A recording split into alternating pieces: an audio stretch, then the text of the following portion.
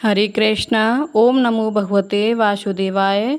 श्री कृष्ण गोविंद हरे मुरारी, हे नाथ नारायण वासुदेवा। प्रिय भक्तजनों, आप सभी को श्री कृष्ण जन्माष्टमी की हार्दिक शुभकामनाएं। आज हम उस दिव्य क्षण का स्मरण करने जा रहे हैं जिसने संपूर्ण सृष्टि को आनंद और भक्ति से भर दिया। भाद्रपद मास के कृष्ण पक्ष की अष्टमी तिथि, रोहिणी नक्षत्र का पावन योग और मथुरा के कारागार में अंधकार के बीच प्रकट हुआ एक नन्हा सा तेजस्वी बालक भगवान श्री कृष्ण, जो केवल यशोदानंद के लाल ही नहीं बल्कि समस्त जगत के पालनहार, धर्म के रक्षक और प्रेम के स्वरूप हैं।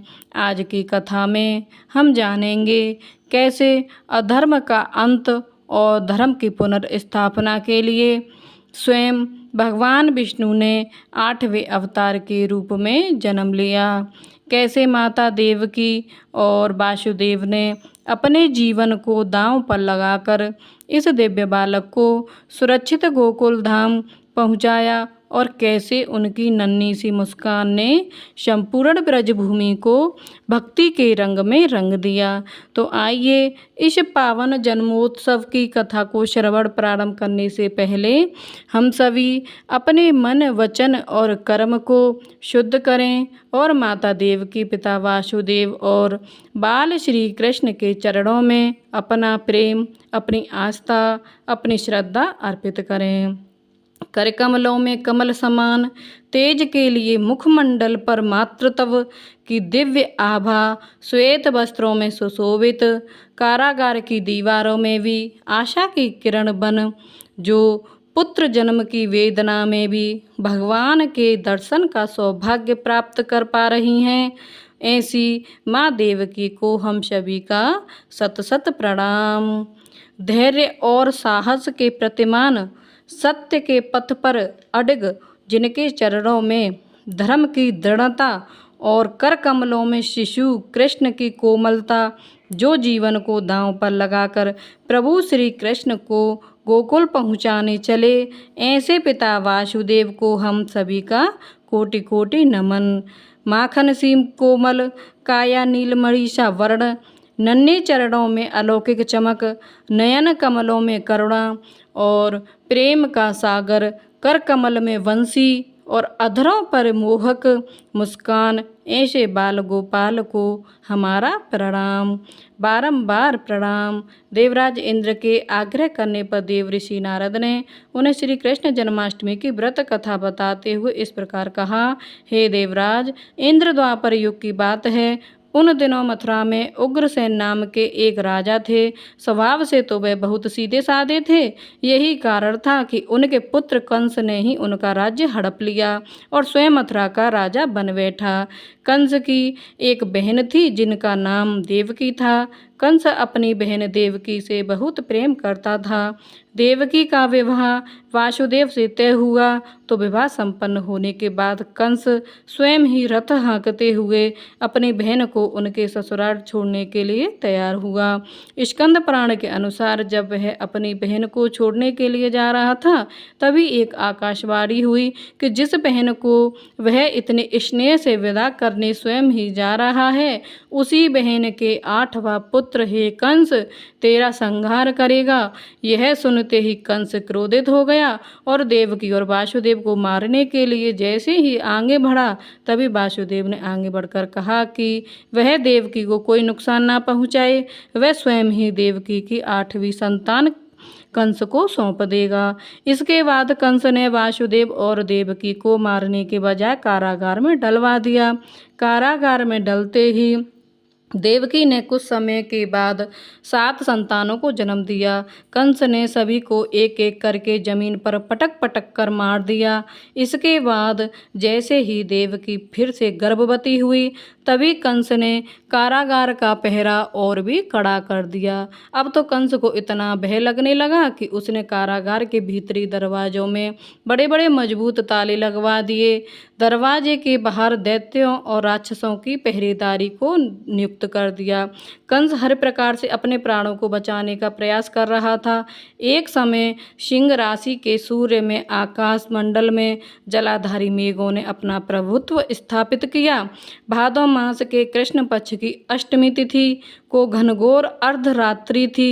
उस समय चंद्रमा भी वृष राशि में था। रोहिणी नक्षत्र बुधवार के दिन सौभाग्य योग से संयुक्त चंद्रमा की आधी रात में उदय होने पर आधी रात के उत्तर एक घड़ी जब हो जाए तो श्रुति स्मृति पूर्णोक्त फल निसंदेह ही प्राप्त होता है। इस प्रकार बताते हुए देवऋषि नारद ने देवराज इंद्र से कहा, ऐसे विजय नामक शुभ मुहूर्त में श्री कृष्ण का जन्म हुआ और श्री कृष्ण के प्रभाव से उसी क्षण कारागार के दरवाजे स्वयं खुलते चले गए। द्वार पर पहरा देने वाले पहरेदार राक्षस सभी मूर्छित हो गए। देवकी ने उसी क्षण अपने पति वासुदेव से कहा, हे स्वामी, आप निंद्रा का त्याग कीजिए और मेरे इस 8वें पुत्र को गोकुल में ले जाइए।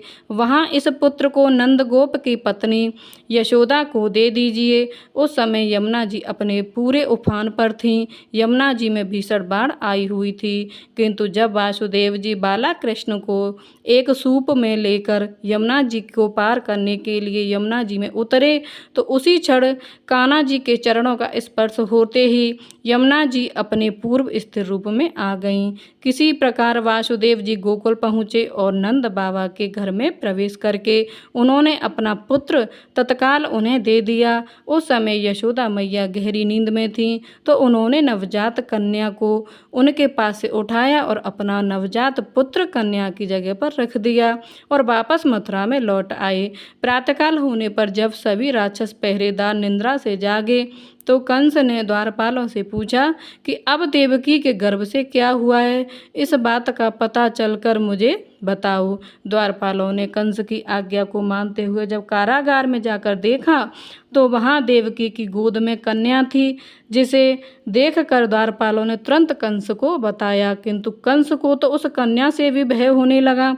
इसीलिए वह स्वयं कारागार में गया और उसने देवकी की गोद से कन्या को छीन लिया और उसे एक पत्थर की चट्टान पर जैसे ही पटकने वाला था कि वह कन्या उसी क्षण श्री हरि की माया से आकाश की ओर चली गई और एक दिव्य ज्योति के रूप में बदल गई। उसने कंस से कहा, हे दुष्ट, तुझे मारने वाला तो गोकुल में नंद बाबा के घर में उत्पन्न हो चुका है और उसी से तेरी मृत्यु भी सुनिश्चित है। मेरा नाम तो वैष्णवी है। मैं संसार के कर्ता भगवान विष्णु की माया से उत्पन्न हुई हूँ। ऐसा कहकर वह माया स्वर्ग की ओर चली गई। उस आकाशवाणी को सुनकर कंस क्रोधित हो उठा और उसने नंद बाबा के घर में पूतना राक्षसी को कृष्ण का वध करने के लिए भेजा, किंतु जब वह राक्षसी श्री कृष्ण को स्तनपान कराने लगी तो श्री कृष्ण ने उसके स्तनों से उसके प्राणों को ही खींच लिया और वह राक्षसी कृष्ण कृष्ण कहते कहते हुए मृत्यु को प्राप्त हो गई। जब कंस को पूतना की मृत्यु का समाचार मिला तो उसने कृष्ण का वध करने के लिए बारी बारी से केसी नामक दैत्य को और अश्व के रूप में, उसके बाद अरिष्ट नामक दैत्य को बैल के रूप में भेजा, किंतु यह दोनों भी श्री कृष्ण के हाथों मृत्यु को प्राप्त हो गए। उसके बाद कंस ने कालाख्य नामक दैत्य को कौवे के रूप में भेजा, किंतु वह भी श्री कृष्ण के हाथों मारा गया। अपने बलवान राक्षसों की मृत्यु के आघात से कंस अत्यधिक भयभीत हो गया। उसने द्वारपालों को आज्ञा दी कि नंद बाबा को तत्काल मेरे सामने उपस्थित किया जाए। द्वारपाल नंद बाबा को लेकर जब उपस्थित हुए तो कंस ने नंद बाबा से कहा कि अगर तुम्हें अपने प्राणों को बचाना है तो तुम्हें पारिजात के पुष्प लेकर आओ, अगर तुम नहीं ला पाए तो तुम्हारा वध निश्चित है। कंस की बातों को सुनकर नंद जी ने ऐसा ही होगा कहा और अपने घर की ओर चले गए। घर आकर उन्होंने सारा वृत्तांत अपनी पत्नी यशोदा जी को सुनाया, जिसे श्री कृष्ण भी सुन रहे थे। एक दिन श्री कृष्ण अपने मित्रों के साथ यमुना नदी के किनारे गेंद खेल रहे थे और अचानक से स्वयं ही उन्होंने गेंद को यमुना नदी में फेंक दिया। यमुना में गेंद फेंकने का मुख्य उद्देश्य यही था कि वे किसी भी प्रकार पारिजात पुष्प को तोड़कर ले आएं। इसीलिए वे एक कदम्ब के वृक्ष पर चढ़कर यमुना में कूद पड़े।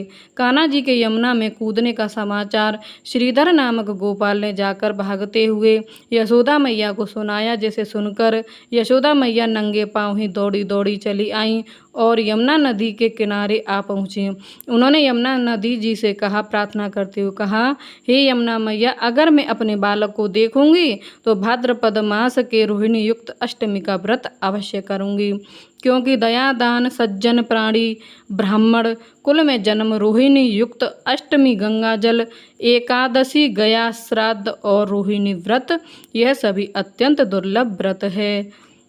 हजारों अश्वमेघ यज्ञ, सहस्त्रों राजसूय यज्ञ, दान तीर्थ और व्रत करने से जो फल प्राप्त होता है वह सब कृष्ण जन्माष्टमी के व्रत को करने से प्राप्त हो जाता है। यहाँ तक का वृतांत जानने के बाद देवराज इंद्र ने देवऋषि नारद से कहा, हे मुनियों, मैं श्रेष्ठ देवऋषि नारद यमुना नदी में कूदने के बाद उन बाल रूपी कृष्ण ने पाताल में जाकर फिर क्या किया, यह संपूर्ण वृतांत भी बताइए। तो नारद जी कहने लगे, नारायण, हे नारायण, इंद्र पाताल में उस बालक से नागराज की पत्नी ने कहा कि तुम यहाँ क्या कर रहे हो, कहाँ से आए हो और यहाँ आने का क्या प्रयोजन है। अगर तुम्हें कुछ चाहिए तो यह कंगन, मुकुट और मड़ियों का हार लेकर अपने घर वापस चले जाओ, क्योंकि इस समय मेरे स्वामी शयन कर रहे हैं। अगर वे उठ गए तो फिर तुम्हें डस लेंगे। नाग पत्नी की बातें सुनकर श्री कृष्ण कहने लगे, हे कांते, मैं किस प्रयोजन से यहाँ आया हूँ वह वृतांत भी तुम्हें मैं सुनाता हूँ, समझ लो। मैं कालिया नाग के मस्तक को कंस के साथ दत्त में हार चुका हूँ और वही लेने में यहाँ आया हूँ। बालक कृष्ण की इस बात को सुनकर नाग पत्नी अत्यंत क्रोधित हो उठी और अपने सोते हुए पति को उठाते हुए कहने लगी, हे स्वामी, आपके घर यह शत्रु आया है, इसलिए अब आप इसका हनन कीजिए। अपनी स्वामिनी की बात सुनकर कालिया नाग अपनी निंद्रा को त्याग कर जाग पड़ा और बाला कृष्ण से युद्ध करने लगा। कुछ देर तक युद्ध करने के बाद श्री कृष्ण ने कालिया नाग को इस युद्ध में पराजित कर दिया। अब कालिया नाग ने भी भली भांति जान लिया कि मैं जिनसे युद्ध कर रहा हूँ वे तो साक्षात भगवान श्री हरि के अवतार श्री कृष्ण ही हैं। इसीलिए उन्होंने श्री कृष्ण के चरणों में साष्टांग प्रणाम किया और पारिजात से उत्पन्न बहुत से पुष्पों को मुकुट में रखकर श्री कृष्ण को भेंट दे दिया। जब श्री कृष्ण चलने को तैयार हुए तो कालिया नाग की पत्नी कहने लगी, हे स्वामी, मैं कृष्ण को नहीं जान पाई। हे जनार्दन, मंत्र रहित, क्रिया रहित, भक्ति भाव रहित मेरी रक्षा कीजिए। हे प्रभु, मेरे स्वामी मुझे वापस दे दीजिए। तब श्री कृष्ण कहने लगे, हे शर्पणी, दैत्यों में जो सबसे पहले बलवान है उस कंस के सामने मैं तेरे पति को लेकर छोड़ दूंगा, नहीं तो तुम अपने घर को चली जाओ। अब श्री कृष्ण कालिया नाग के फन पर नृत्य करते हुए यमुना जी के ऊपर आ गए। फिर कालिया की फंकार से तीनों लोग कंपायमान हो गए। अब कृष्ण कंस की मथुरा नगरी को चल दिए। वहाँ कमल पुष्पों को देखकर यमुना जी के मध्य जलाशय में वह कालिया सर्प भी चला गया। इधर कंस भी हैरान हो गया और श्री कृष्ण प्रसन्न होकर गोकुल वापस लौट आए। उनके गोकुल वापस लौटकर आने पर उनकी मैया यशोदा ने तरह तरह के उत्सव किए। अब देवराज इंद्र ने देवऋषि नारद से फिर पूछा, हे महामुनि, संसार के प्राणी बालक श्री कृष्ण के आने पर अत्यधिक आनंदित हुए। आखिर श्री कृष्ण ने क्या क्या चरित्र किया, क्या क्या लीलाएं दिखाई, वे भी सभी आप मुझे बताने की कृपा कीजिए। तब देवऋषि नारद ने देवराज से कहा, हे देवराज, मन को हरने वाला मथुरा नगर यमुना नदी के दक्षिण भाग में स्थित है। वहाँ कंस का महाबलशाही भाई चाणूर रहता था।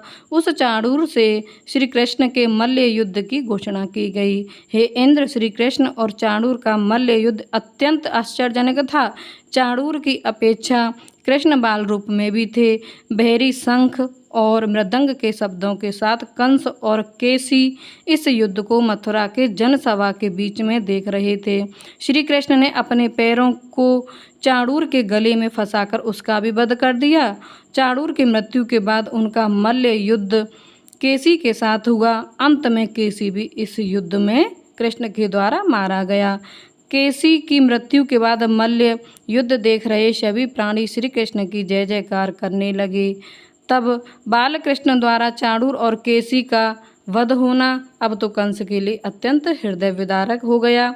इसीलिए उसने सैनिकों को बुलाकर उन्हें आज्ञा दी कि तुम सभी अस्त्र शस्त्रों के से सुसज्जित होकर कृष्ण से अभी युद्ध करो।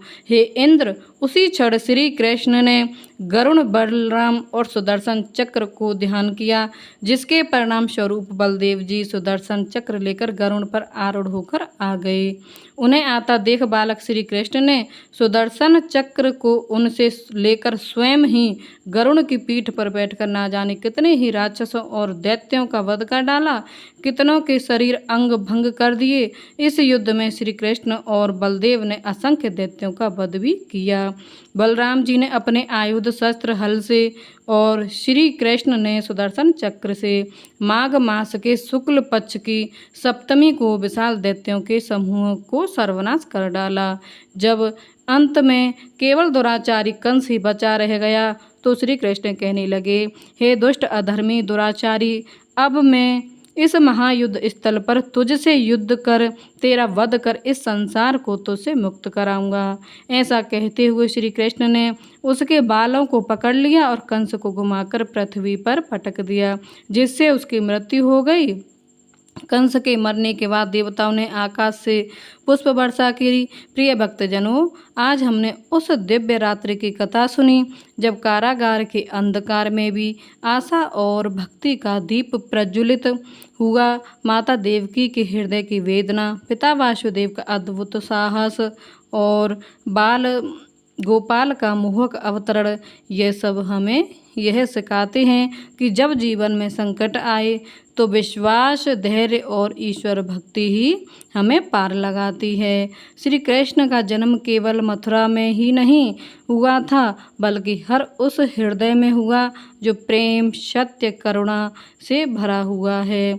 आज भी जब हम उनका स्मरण करते हैं, राधे कृष्ण कृष्ण कृष्ण हरे हरे, राधे राधे, तो हमारे भीतर की नकारात्मकता नष्ट हो जाती है और जीवन में आनंद की अनुभूति होती है। इस पावन जन्माष्टमी पर लड्डू गोपाल के चरणों में हम यही प्रार्थना करें कि हमारे जीवन में सदैव धर्म का प्रकाश, प्रेम का प्रवाह और भक्ति का अमृत बना रहे। सभी के घर आंगन में सुख, शांति और समृद्धि का वास हो और श्री कृष्ण की बंसी की मधुर धुन आपके जीवन को आनंद में बनाती रहे। अब आज की कथा समापन हम करते हैं श्री कृष्ण चालीसा के पाठ के साथ।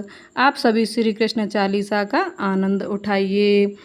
बंसी शोभित करे मधुर, नील जलद तन श्याम, अरुण अधरज जनु, बिंब फल नयन कमल अभिराम, पूर्ण इंद अरविंद मुख, पीतांबर शुभ साज, जय मनमोहन मति छवि, कृष्ण चंद्र महाराज, जय यदुनंदन जय जगवंदन, जय वासुदेव देवकी नंदन, जय यशोदा सुत नंद दुलारे, प्रभु भक्तन के द्रगतारे, जय नट नागर नागन थैया, कृष्ण कन्हैया धेनु चरैया, पूनी नख पर प्रभु गिरबर धारो, आओ दीनन कष्ट निवारो, वंशी मधुर अधर धर टेरो, होवे पूर्ण विनय यह मेरो, आओ हरि पुनि माखन चाखो, आज लाज भारत की राखो, गोल कपोल चिबुक अरुणारे, मृद मुस्कान मोहिनी डारे, राजत राजीव नयन विशाला, मोर मुकुट बैजंती माला, कुंडल श्रवण पीत पट आछे, कटी किंकड़ी काछ न काछे, नील जलज सुंदर तनु सोहे, छवि लाखी सुर नर मुनि मोहे, मस्तक तिलक अलक घंघुराले, आओ कृष्ण बंसुरी वाले, करी पे पान पूत नहीं तार्यो, अका बका कागा सुर मार्यो, मधुबन जलत अगिन जब ज्वाला, भय शीतल लख तई नंद लाला, सुरपति जब ब्रज चढ़्यो रिसाई, मूसर धारे वारे बरसाई, लगत लगत ब्रज चहन बहायो, गोवर्धन नख धरि बचायो। लखी यशोदा मन भ्रम अधिकाई, मुख में 14 भवन दिखाई। दुष्ट कंस अति उदम मचायो, कोटि कमल जब फूल मंगायो। नाथ कालिये तब तुम लीने, चरण चिन्ह दे निर्भय कीने। करि गोपिन संग रास बिलासा, सबकी पूरन करि अभिलाषा। केतक महा असुर सहार्यो, कंसई केस पकड़ दे मार्यो। मात पिता के बंदी छुड़ाई, उग्रसेन कह राज दिलाई। मही से मृतक छयौ सुत लायो, मातु देव की शोक मिटायो। भौमासुर मुर दैत्य सहारी, लाए 10 सहस कुमारी। देवी मई तृण चीर सहारा, जरा सिंधु राक्षस कहीं मारा। असुर बकासुर अधिक मार्यो, भक्तन के तब कष्ट निवार्यो। दीन सुदामा के दुख टार्यो, तंदुल 3 मूठ मुख डार्यो। प्रेम के साग विधुर घरे मांगे, दुर्योधन के मेवा त्यागे। लखी प्रेम की महिमा भारी, ऐसे श्याम दीन हितकारी। भारत के पारथ रथ हाके, लिए चक्र कर नहीं बल थाके। निज गीता के ज्ञान सुनाए, भक्तन हृदय सुधा बरसाए। मीरा थी ऐसी मत वाली, विष पी गई बजा कर ताली। राणा भेजा सांप पिटारी, शालिग्राम बने बनवारी। निज माया तुम विदई दिखायो, उरते संशय सकल मिटायो। तब सुत निंदा करी तत्काला, जीवन मुक्त भयो शिशुपाला। जबई द्रौपदी टेर लगाई, दीनानाथ लाज अब आई। तुरत ही वसन बने नंद लाला, बूढ़े भरे चीर में अरे मुँह काला। अस अनाथ के नाथ कन्हैया, डूबत भवर बचावई नैया। सुंदर दास आस उरधारी, दया दृष्टि की ज्यो बनवारी। नाथ सकल मम कुमत निवारो, क्षमऊ बेग अपराध हमारो। खोलो पट अब दर्शन दीजे, बोलो कृष्ण कन्हैया कीजे। दोहा सुनिए अब। राम सिया राम जय जय राम। श्री कृष्ण गोविंद हरे मुरारी, हे नाथ नारायण वासुदेवा। यह 40 कृष्ण का पाठ करे उरधार, अष्ट सिद्धि नवनिध फल लहे पदारथ राज। बोलो श्री कृष्ण भगवान की जय। राधे राधे, जय श्री कृष्णा। अभी तक आपने मेरे चैनल को सब्सक्राइब नहीं किया है तो मेरे चैनल को सब्सक्राइब कर लें, बेल आइकन को प्रेस कर दें, ताकि आने वाली व्रत पूजा पाठ त्यौहार संबंधित जानकारी आपको सबसे पहले मिल सके। और कथा को सुनने के बाद जो है कमेंट में राधे राधे अवश्य लिखिएगा, जिससे आपको कथा का पुण्य फल प्राप्त हो। तो मिलेंगे आपसे अगली वीडियो में, तब तक के लिए राधे राधे, जय श्री कृष्णा। जन्माष्टमी का यह पर्व गोपाल जी आपकी सभी मनोकामनाएं पूर्ण करें, आपके घर में सुख समृद्धि का वास हो, धन वैभव के भंडारे भरें। जय जय श्री राधे श्याम।